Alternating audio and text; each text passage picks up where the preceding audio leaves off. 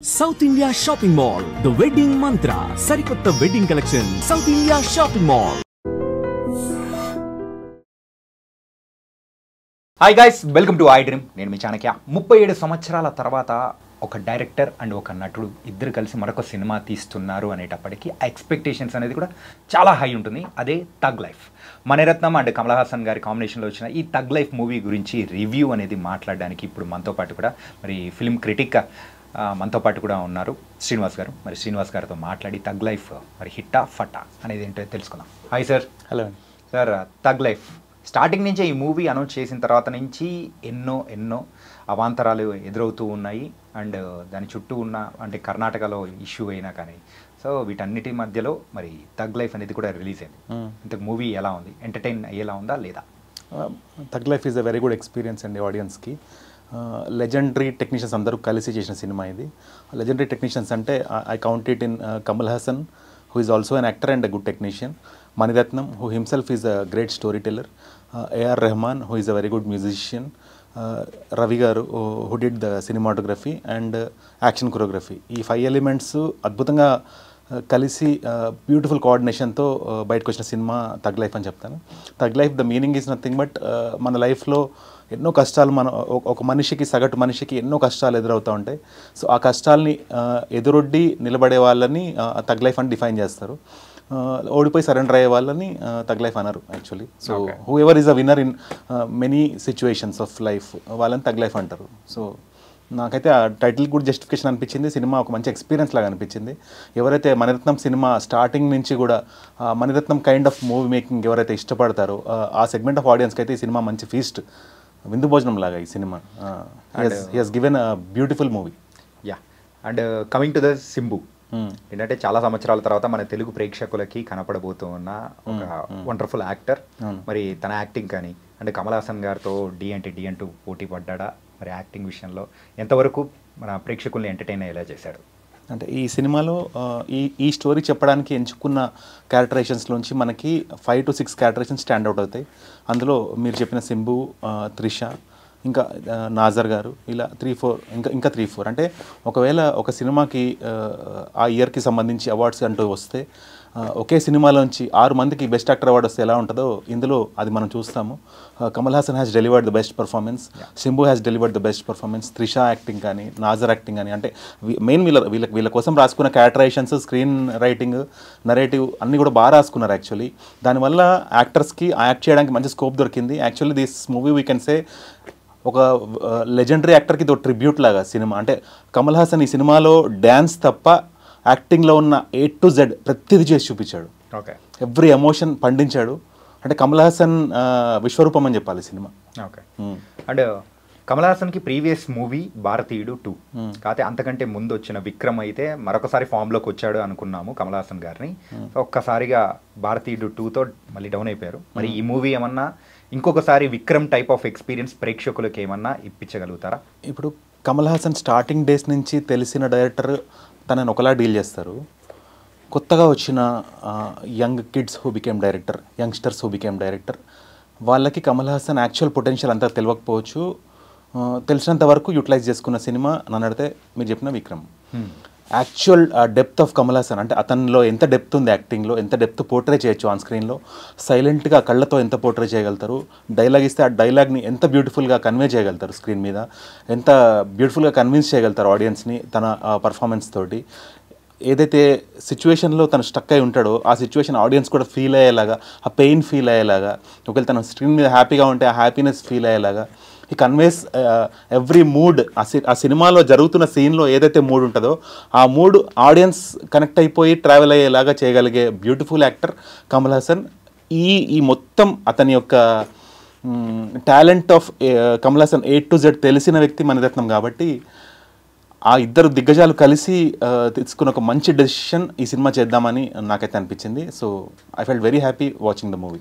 And previous మూవీస్లో కూడా failure అనేది కూడా మణిరత్నం గారి దగ్గర నుంచి మనం చూసాం. ఏ మూవీ? అండ్ చాలా మూవీస్ అనేది కూడా నవాబ్ అయినా కానీ, అండ్ ప్రీవియస్గా వచ్చిన PS1, PS2, పొనియన్ సెల్వన్, పొనియన్ సెల్వన్ 2 కానీ, సో ఏవి అంతగా ఎంటర్టైన్ అనేది కూడా చేయలేకపోయాయి. అంటే చాలా సంవత్సరాల నుంచి మణిరత్నం గారి దగ్గర నుంచి పీపుల్ ఎవరైతే ఎక్స్పెక్ట్ చేస్తున్నారో అలాంటి దీని ఆకలి తీర్చే మూవీ ఈ తగ్ లైఫ్ అనుకోవచ్చా? ఖచ్చితంగా అండి. ఇప్పుడు రామ్ గోపాల్ వర్మ అని చాలామంది ఏమంటారు, మీరు శివ లాంటి సినిమా తీయట్లేదు అంటారు, మీరు సత్య లాంటి సినిమా తీయట్లే అంటారు, డి కంపెనీ లాంటి సినిమా తీయట్లే అంటారు. అలాంటప్పుడు ఒక సీరియస్ సినిమాతో ఆయన వచ్చి ఒక రక్త చరిత్ర అని సినిమా తీశారు. ఎవ్రీ వన్ వాజ్ షాక్డ్, ఇంత మంచి సినిమా తీయగలుగుతారని. అట్లనే Mani Ratnam he's delivered so many classics. అంటే సినిమాని ఇలా కూడా తీయచ్చా అని ఆలోచింపజేసే ఇలాంటి సినిమాలు ఆయన తీసి పెట్టేశాడు ఎప్పుడు. అంటే అసలు ఆ వైపు ఆలోచించడం కూడా స్టార్ట్ చేయని డైరెక్టర్స్కి ఇలా కూడా ఆలోచించవచ్చు, ఇలా కూడా సినిమా తీయచ్చు అని.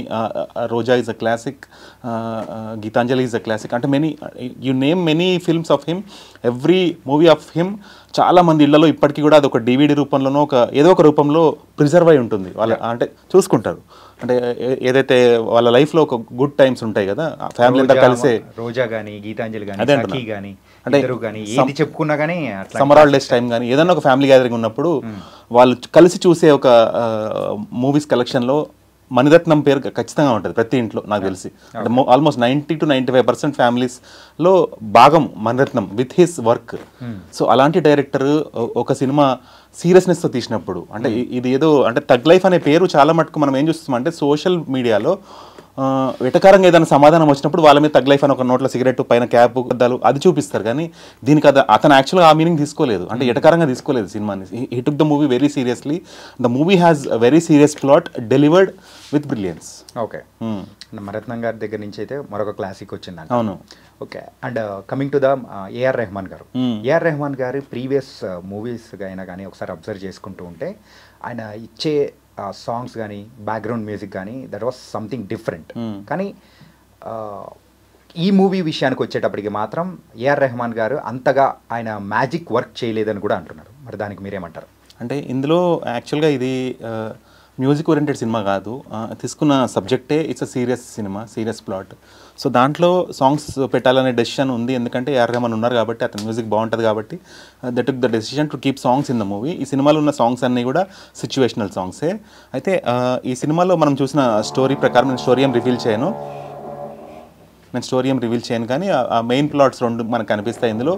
బ్రదర్ సిస్టర్ విడిపోవడం అనేది స్టార్టింగ్ ప్లాట్ అయితేనేమో, సో ఇద్దరు బ్రదర్స్ మధ్యలో జరిగే conflict, power hungry brother, jealous and manipulative బ్రదర్గా నాజర్ యాక్ట్ చేయడము, కమల్ హాసన్ యొక్క డామినేషన్ తట్టుకోలేని ఒక బ్రదర్ లాగా. సో ఇవన్నీ మనకు చూస్తే ఎక్కడో అక్కడ we get the reference of ఎక్కడో కొంచెం బాహుబలిలోంచి స్ట్రక్చర్ ఉన్నట్టుంది, కొంచెం కంపెనీ అనే సినిమా ఏదైతే రామ్ గోపాల్ వర్మ తీశారు, అజయ్ దేవగన్ అండ్ వివేక్ ఓబ్రాయ్ వాళ్ళ మధ్యలో. సో ఆ సినిమాలోంచి కొంచెం స్టోరీ స్ట్రక్చర్ పరంగా ఎలిమెంట్స్ ఉంటాయి, కానీ ఈ సినిమాలో ఏంటంటే అవిట్లో వాళ్ళని సీరియస్గా చూపిస్తారు. అంటే throughout the movie you get to see company సినిమాలో త్రూఅవుట్ ద మూవీ మనం చూస్తే అజయ్ దేవగన్ సీరియస్గా చూపిస్తారు, కానీ ఇందులో క్యారెక్టర్ ట్రైట్ అనేది చాలా బాగా డీల్ చేశారు. ఒక సీన్లో ఉన్న కమల్ హాసన్ ఇంకో సీన్లో ఇదివరకు సీన్లో ఉండరు. ఓకే, వైఫ్తో ఉన్నప్పుడు ఎలా ఉంటారు, ఒక సబార్డినేట్తో ఉన్నప్పుడు ఎలా ఉంటారు, బ్రదర్తో ఉన్నప్పుడు ఎలా ఉంటారు. త్రిషాకు ఒక మ్యాజికల్ క్యారెక్టరేషన్ ఉంది ఇందులో, అది ఎవరు ఎక్స్పెక్ట్ చేయరు ఇలా చూపిస్తారని. తనతో ఉన్నప్పుడు ఎలా ఉంటారు, ఫన్ ఎలిమెంట్ ఉంది, కామెడీ ఉంది. సో ఆల్మోస్ట్ నవరసాలకి సంబంధించి ఒక యాక్టింగ్ అనేది ఈ సినిమాలో మనం బాగా చూడొచ్చు. Actually I was not very happy when Vikram released, because అంటే నాకు కూడా ఎంతోంత Kamal Haasan potential of acting idea ఉంది, ఎంత బాగా చేయగలుగుతారని. సో ఆ యొక్క అంటే like for example if a batsmen who is capable of hitting 6 sixes in 1 over, if he's playing defense, if he's playing singles, ఎలా అనిపిస్తుంది? నాకు అలా అనిపించింది Vikram. But this one it was like 6 sixes in a over. And coming to the positives ఏం చెప్తారు మీరు? Positives, legendary technicians coming together to entertain audience. Audience will have a feast అండి watching the movie. ఇందులో ఎలాంటి vulgarity లేదు, కొంచెం violence అనేది ఉంది, బట్ ఆ వైలెన్స్ని కూడా బ్లడ్ షెడ్ లాగా కాకుండా డీసెంట్గా డీల్ చేశారు. This is a decent classic from Mani Ratnam. Cinematography మాత్రం అంటే మనకి మీరు ఇందాక చెప్పిన శంభు క్యారెక్టరేషన్ అవుతుందో తన ఇంట్రొడక్షన్లో ఒక యాక్షన్ సీక్వెన్స్ చూపిస్తారు, చాలా బాగా కొరియోగ్రాఫ్ చేశారు. I mean it's not at all easy. వాళ్ళు చూపించిన ఎన్విరాన్మెంట్, వాళ్ళు చూపించిన లొకేషన్లో ఈ వెహికల్స్ తోటి ఇలాగా, అండ్ ఆ వెహికల్స్ ఏవైతే పల్టీలు తీసుకొని చూపిస్తున్నారో అందులో మనుషులు ఉన్నారు. మళ్ళీ మీరు చూస్తే అది గ్రాఫిక్ వర్క్ లాగా అనిపించలేదు. It's very realistic. యాక్షన్ బాగా చాలా బాగా కొరియోగ్రాఫ్ చేశారు. సో మణిరత్నం తీసే సినిమాల్లో ఇంత వైలెంట్గా మూవీస్ అంటే కొన్ని ఉన్నాయి, కానీ ఈ లెవెల్ ఆఫ్ వైలెన్స్ మనం కొంచెం తక్కువనే చూసాము. సో తను కూడా అప్డేట్ అయ్యి నేను కూడా కంపీట్ అవ్వగలుగుతానని ఏదో ఒక ఛాలెంజ్ విసురుతున్నట్టుంది యంగ్స్టర్స్ మీద. So that was good of him. And coming to the negatives, songs ఏవైతే సిచ్యువేషనల్గా ఉన్నాయో అవి మనం ఏఆర్ రెహమాన్ అండ్ మణిరత్నం నుంచి ఏవైతే మనం బ్యూటిఫుల్ మెలోడియస్ సాంగ్స్ ఏవైతే విన్నాం సిన్స్ రోజా టైం నుంచి, ఆ కైండ్ ఆఫ్ సోల్ఫుల్ మ్యూజిక్ అయితే ఇది కాదు. కానీ బ్యాక్గ్రౌండ్ మ్యూజిక్ మాత్రం అదిరిపోయింది. సినిమా స్టోరీ పరంగా ఏదైతే నడుస్తుందో ఆ స్టోరీకి ఆ మూడ్ సెట్ చేయడంలో A R Rahman was very successful. కానీ ఎక్కడో డైరెక్టర్ కూడా మ్యూజిక్ డైరెక్టర్ కూడా సాంగ్స్ మీద అంత శ్రద్ధ పెట్టలేదు అనిపించింది. అంటే దే ఇగ్నోర్ ద సాంగ్స్. అంటే ఈ సినిమాకి సాంగ్స్ ఇంపార్టెంట్ కాదు, బ్యాక్గ్రౌండ్ మ్యూజిక్ ఇంపార్టెంట్ అని వాళ్ళు మరి అది self own decision I don't know.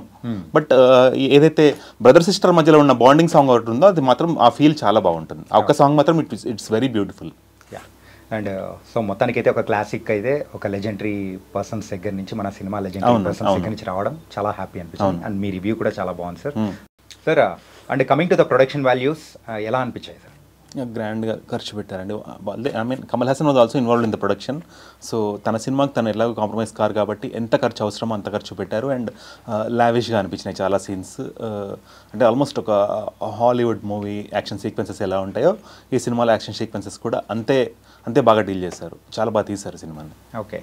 And coming to ఈ మూవీ విషయానికి వచ్చేటప్పటికి స్క్రీన్ ప్లే ఒకరు కాదు ఇద్దరు, అందులో కమల్ హాసన్ గారు అండ్ మణిరత్నం గారు ఇద్దరు కలిసి తీసుకున్న స్క్రీన్ ప్లే కాబట్టి స్టోరీకి మణిరత్నం గారిది అయినా కానీ సో వీళ్ళిద్దరి ట్రీట్మెంట్ కానీ సో చూసే ప్రేక్షకులకు ఆ కనువిందు అనేది కూడా కలిగేలా ఉందా? అంటే ఒకటండి, ఇన్ని ఇయర్స్ ఆఫ్ ఫ్రెండ్షిప్ ఉంది. ఇప్పుడు ఏఆర్ రెహమాన్ తీసుకోండి, మణిరత్నం తీసుకోండి, కమల్ హాసన్ తీసుకోండి, వీళ్ళంతా beautiful friends in their real life. అవునా కదా? అంటే లెట్స్ కీప్ సినిమా అపార్ట్, వాళ్ళకి మధ్యలో వీ కెన్ అండర్స్టాండ్ ఎంత మెచ్యూరిటీ ఉండొచ్చు ఒకరితో ఒకరు మాట్లాడేప్పుడు కానీ, ఒకరితో ఒకరు కమ్యూనికేట్ అయ్యేప్పుడు కానీ. అదే లెజెండరీ ఫ్రెండ్స్ ఒక సినిమాగా ఒక వర్క్ అంటూ కూర్చున్నప్పుడు వీ కెన్ అండర్స్టాండ్ ఎంత మెచ్యూర్డ్గా ఉండొచ్చు వాళ్ళ డిస్కషన్, ఎంత మెచ్యూర్డ్గా ఉండొచ్చు వాళ్ళు చేసే work. So Maniratnam, kudos to Maniratnam. Screen ప్లేకి ఇప్పుడు as a director Maniratnam himself is capable of doing good screen play. అయినప్పటికీ కూడా కమల్ హాసన్ కంట్రిబ్యూషన్ ఇగ్నోర్ చేయకుండా తన నేమ్ కూడా ఆ టైటిల్లో ఉండేలాగా చేసుకొని ఇక్కడ మణిరత్నం అండ్ కమల్ హాసన్ పేర్లు కలిసి స్క్రీన్ మీద పడడం it was so Joy to watch. Okay. And అంటే వీ కెన్ అండర్స్టాండ్ ఒక హీరోగానే కాకుండా ఒక యాక్టర్గానే కాకుండా ఈ సినిమాలో కమల్ హాసన్ కాంట్రిబ్యూషన్ ఏ లెవెల్కి ఉంది అనేది we can understand. And this kind of contribution is very much commendable. We see very less actors అంత ఇన్వాల్వ్ అవ్వడం ఒక సినిమా తీసేప్పుడు. అంటే సినిమానే ప్రాణంగా భావించే కొంతమంది యాక్టర్స్ ఉంటారు కదా, సినిమానే జీవితంగా భావించే యాక్టర్స్. సో అలాంటి ఒక కొత్త జనరేషన్ ఆఫ్ యాక్టర్స్ ఎవరైతే వస్తుంటారో అలాంటి వాళ్ళకి ఇలాంటి సినిమా చూసినప్పుడు, ఈవెన్ లాస్ట్ స్క్రీన్లో రోల్ అవుతున్న టైటిల్ చూసినప్పుడు కూడా అలాంగ్ విత్ ద సినిమా యాక్టింగ్ ఇవన్నిటితో పాటు టెక్నికల్ ఆస్పెక్ట్స్తో పాటు ఆ ఎండ్ టైటిల్స్ కూడా ఎంతో అంత ఇన్స్పైర్ చేస్తాయి కొత్త యాక్టర్స్ని, కొత్త యంగ్ బడ్డింగ్ టెక్నీషియన్స్ని. ఇలా కదా ఉండాలి, ఇలా కదా, this is how collaboration should exist. And ఈ మూవీ గురించి అయితే మీరు చాలా విషయాలు అనేది కూడా చెప్పారు. అండ్ సినిమా ఇండస్ట్రీలో మన తెలుగు సినిమా ఇండస్ట్రీ ప్రకారం వచ్చేటప్పటికి మే నెలలో సో కొంచెం కళ అనేది కూడా తప్పింది. కాకపోతే ఈ జూన్ అయితే ఈ మూవీతో స్టార్ట్ అయింది. సో ఈ మూవీతో మరి ఇదే కంటిన్యూ అవ్వచ్చు అంటారా ఈ మూవీ ద్వారా కూడా? అవ్వాలండి. See any good cinema it comes with only objective to entertain audience అండి. సి ఇప్పుడు ఈ థియేటర్స్, సినిమా ఇవన్నీ లేకుండా మనం ఒక్కసారి మన లైఫ్ను ఊహించుకుంటే ఇట్ బికమ్స్ సో బోరింగ్ అండి. అంటే సి మనకి నియరెస్ట్ అవైలబిలిటీలో మనని 3 hours కంఫర్ట్ జోన్లో పెట్టి మనని ఎంటర్టైన్ చేయడానికి ఎన్నో రాత్రులు, ఎన్నో పగళ్ళు, వాళ్ళ యొక్క ఫ్యామిలీ లైఫ్ అన్నీ సాక్రిఫైస్ చేసి ఒక స్టార్ కావచ్చు, ఒక టెక్నీషియన్ కావచ్చు, how many years they are spending on a movie. We need to understand the pain that goes into making each and every movie. I'm not just saying about Thug Life. Many movies which take more than 1 year or 2 years time, we can understand ఎంత strain తీసుకుంటున్నారు వాళ్ళు. More than ఒక specific time దాటుతున్నప్పుడు ఒక cinema budget ఎంత పెరుగుతుందో మనకు అర్థమవుతుంది, ఎంత ఎఫర్ట్ వెళ్తుంది ఈచ్ సీన్ పిక్చరైజేషన్లోకి మనకు అర్థమవుతుంది. సో ఇవన్నీ మనం తెలుసుకున్నప్పుడు ఆ యొక్క స్టార్కి, ఆ యొక్క టీమ్కి మనం ఇచ్చే రెస్పెక్ట్ ఏంటంటే the minimum respect that we can give is we taking out our minimum time and watching the movie in a theater. Irrespective of what critics say, irrespective of what people say about the movie, let's create our own opinion always. మన opinion ఇప్పుడు మీకు మీ స్టార్కి మధ్యలో ఒక third person అవసరమే లేదు, ఆడియన్స్కి స్టార్కి మధ్యలో ఎవరు అవసరం లేదు.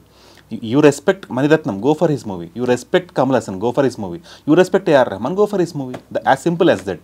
We need to be like that actually. We need to be open to every good cinema that comes seasonally like this. అంటే ఇలాంటి సినిమా అయితే ఇప్పుడు సినిమా ఇండస్ట్రీగా రెస్పెక్ట్ తెచ్చే సినిమాలు ఇవన్నీ కూడా. యాక్టింగ్ పరంగా కూడా కొత్త బడ్డింగ్ యాక్టర్స్ ఉంటారు కదా, ఎంతో నేర్చుకోవచ్చు సినిమా నుంచి. ఇలా కదా యాక్టింగ్ చేయాలి, ఇలా ఉంటుంది కదా యాక్టింగ్ లెవెల్స్. అసలు కళ్ళతో కొన్ని సీన్స్లో హస్బెండ్ వైఫ్ మధ్యలో కొన్ని సీన్స్ ఉంటాయి, అసలు బ్యూటీ డెలివరీ చేసి కొన్ని సీన్స్లో the story is very what is high octane ఉంది స్టోరీ. అది నేను చెప్పట్లేదు, చూసి ఎంజాయ్ చేయాలి audience. This is an experience and this is an experience worth an experience. Yeah. So nice sir. Thank you for your review.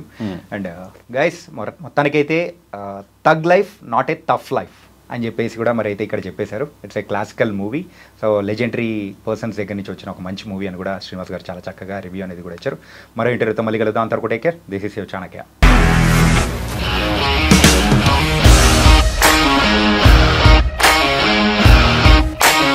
ఇండస్ట్రీలో commitment issues వస్తే నీకు కూడా వచ్చినట్టు మార్నింగ్ తీసుకెళ్ళాలంటే కొట్టి పడేస్తారు.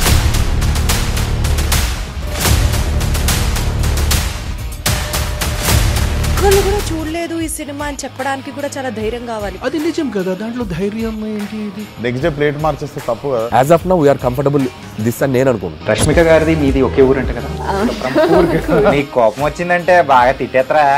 తిట్టేద్దామండి. నిజంగా గేమ్ ని ఎలా చేంజ్ చేయగలిగారు? ఏపీఎస్ఎఫ్సి వాళ్ళకి 6 నెలల్లో నేను 6 లక్షలు కట్టా. బిజినెస్ చేయాలనుకుంటే it is as difficult as riding a tiger.